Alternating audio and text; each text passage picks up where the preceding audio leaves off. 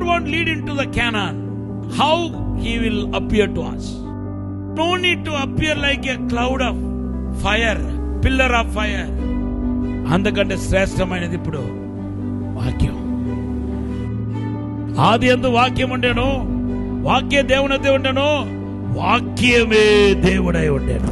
ఈ వాక్యంలో వచ్చే promises, prophecies, daily the prophetic word will help you to reach Canaan. పరలోకాన్ని సోదరించుకోవడానికి కళ్ళు తెరవబడి ఉంటే కనుక నువ్వు దేవుని ఎలా చూస్తావు? ఏ రూపంలో చూస్తావు? వాక్య రూపంలో చూస్తావు.